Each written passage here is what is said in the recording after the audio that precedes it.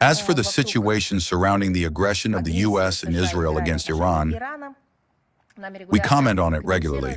I am ready to answer your questions, but considering that we literally every day, the Minister of Foreign Affairs of Russia, Sergei Viktorovich Lavrov, his deputies, the deputy ministers of foreign affairs, our relevant department heads, and of course our permanent representatives to international organizations and ambassadors, provide detailed comments on every aspect of the situation, I will now limit myself to discussing humanitarian aid to the people of Iran.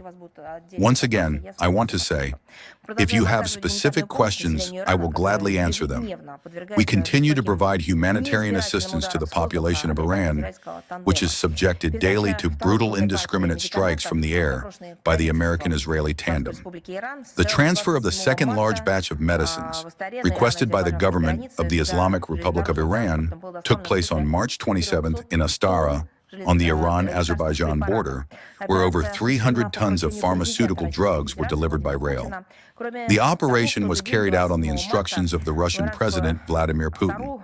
In addition, on the same day, March 27th, a convoy of trucks brought another batch of humanitarian aid to Iranian Astara, collected by residents and charitable organizations of the Republic of Dagestan. This is approximately 150 tons of food and essential items. We are grateful to the authorities of Azerbaijan for the assistance provided. I can confirm that from all corners of the country, we continue to receive numerous appeals from concerned citizens, Russians, who are ready to donate personal funds for charitable purposes and to help ordinary Iranians, whose friendship they value very much. No, this is not a question of ethnicity, nationality, religious affiliation, and so on. Our citizens react in the same way to tragedies that happen to all people in different parts of the planet for various reasons. Whether it be man-made disasters, emergency situations, a pandemic, hot phases of conflicts, anything at all. This is how our people respond to the pain of others. I just want to say again, how many examples were there of how our citizens collected aid in exactly the same way? For example, their brothers and sisters who were then under the rule of the Kiev regime in Donbass?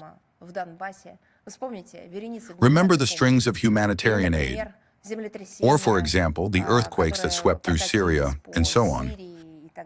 Of course, not only Syria suffered then, but also Turkey and many other countries. The response was the same. People collected and sent humanitarian aid. Look at how our people respond when Venezuela, Cuba, and others needed help. Any spot on the planet where help is needed, especially when it is requested, does not remain without this help. Not only at the official level, but also because our citizens are not indifferent.